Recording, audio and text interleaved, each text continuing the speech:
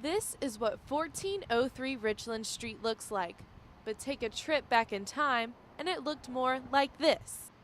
The Mann-Simons house is a historical site in Columbia, and from 1843 to 1970 was the property of a free African-American family. A person born into slavery purchases freedom, comes to Columbia, purchases enough property by the time he was 43 years old to enable this family to successively, each generation, achieve more and more. Now, years later, it's the location for Jacob Crockett's first archaeological project, and after 7 years, it's finally wrapping up.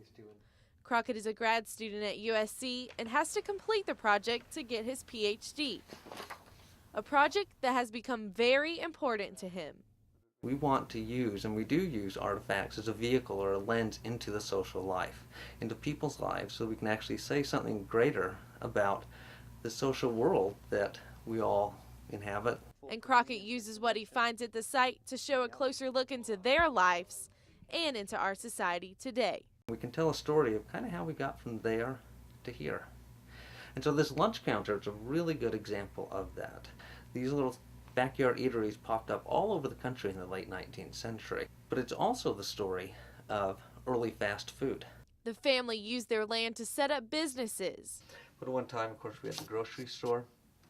We had the lunch counter. We also see what was important to them. The burial that actually contained 2 animals. The burial of pets like cats, dogs, and even a pet chicken. We know it was not a discarded chicken or thrown away. To artifacts they sold like bullets. We have a lot of ammunition. Combs. Objects made of a new plastic. Knives. We're missing the blade. This is likely a penknife. And even skin lightener. Everybody had something. Everybody leaves something behind. Crockett hopes to get all the objects he found out so the public can see them. We won't just be highlighting, the great or the exciting or very pretty artifacts, but instead the entire suite of things that were here from the 1870s to 1930s, and people can actually see. But Crockett is still going through the 50,000 artifacts found on the site.